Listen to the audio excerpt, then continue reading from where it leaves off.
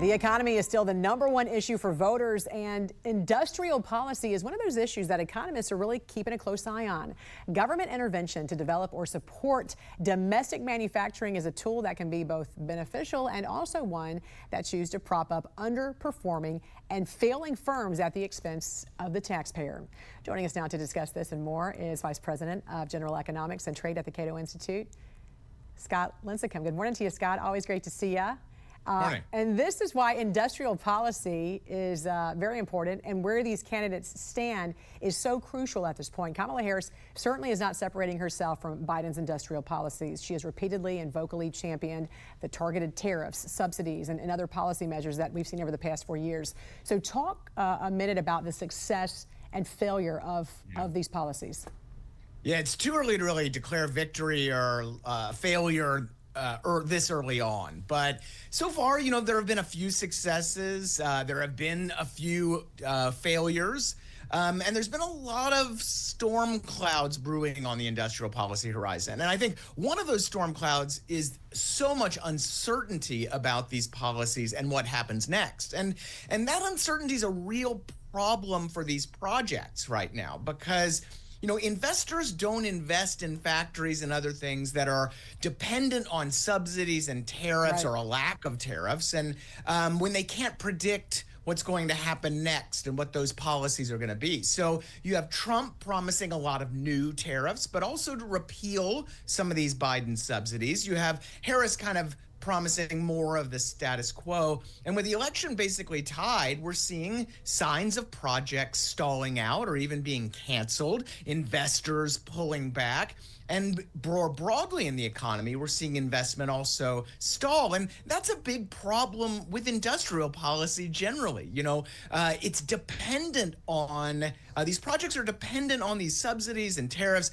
And if the political environment isn't steady, which, it never is these days, it can be a drag on the supposed successes we're going to be getting. And I think you just nailed it, too, by saying it's the uncertainty. That's the problem, and we know that's the truth, and that's the case even with the stock market, with the economy in general, always about uncertainty. The U.S. economy, though, right now has been outperforming other countries in the global economy, which clearly is not saying a lot for some of these countries, because I know a lot of countries are struggling right now. But can we expect to see this, do you think, to continue in the foreseeable future?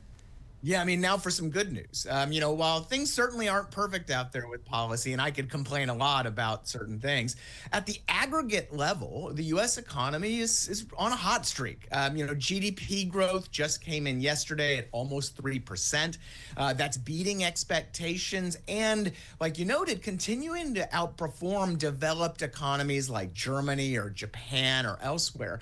And it's not just on GDP, on productivity and other things. The U.S. economy is doing, pretty well. And if with places like China's economy and other countries faltering, there's really no major economy out there doing better than we are today. Now, this is good news. It's probably good news for Kamala Harris a little bit as well, but it's really more a testament to the U.S. economy that over the last several decades has just kept defying the naysayers. It was at one point Japan was going to eat our lunch, and then Europe was going to eat our lunch, and now China was going to eat our lunch. But the U.S. economy just takes a licking and keeps on ticking. And a lot of that is owed to how the economy in the United States changes and how dynamic it is. And so we continue to grow just in new and different ways. Very quickly, I know you said, taking a licking and keep on ticking, which is kind of the case right now with Boeing and Intel. Once really they set the standard for world-class engineering and manufacturing, these two companies, though, are facing some trouble and some challenges. We know Intel has suspended its dividends, slashed jobs, capital spending. Boeing has all these investigations into some crashes and the strike.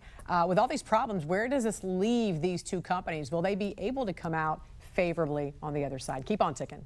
Yeah, so giant companies, it's always hard to predict what's going to happen next. But if they don't pull it out, we really need to look back at how both companies a few years ago, really started cozying up to Washington, getting government contracts and subsidies and other things instead of focusing on improving their business, right? And so, maybe that change of focus isn't the only problem they have. It's certainly not. But it shouldn't surprise us, that when companies look for protection and they look for subsidies. They take their eyes off the ball. And Boeing and Intel, these supposed national champions, could be another unfortunate example. Vice President of General Economics and Trade at the Cato Institute, Scott Lincicome. Hope you have a great weekend. Thanks for joining us. You too.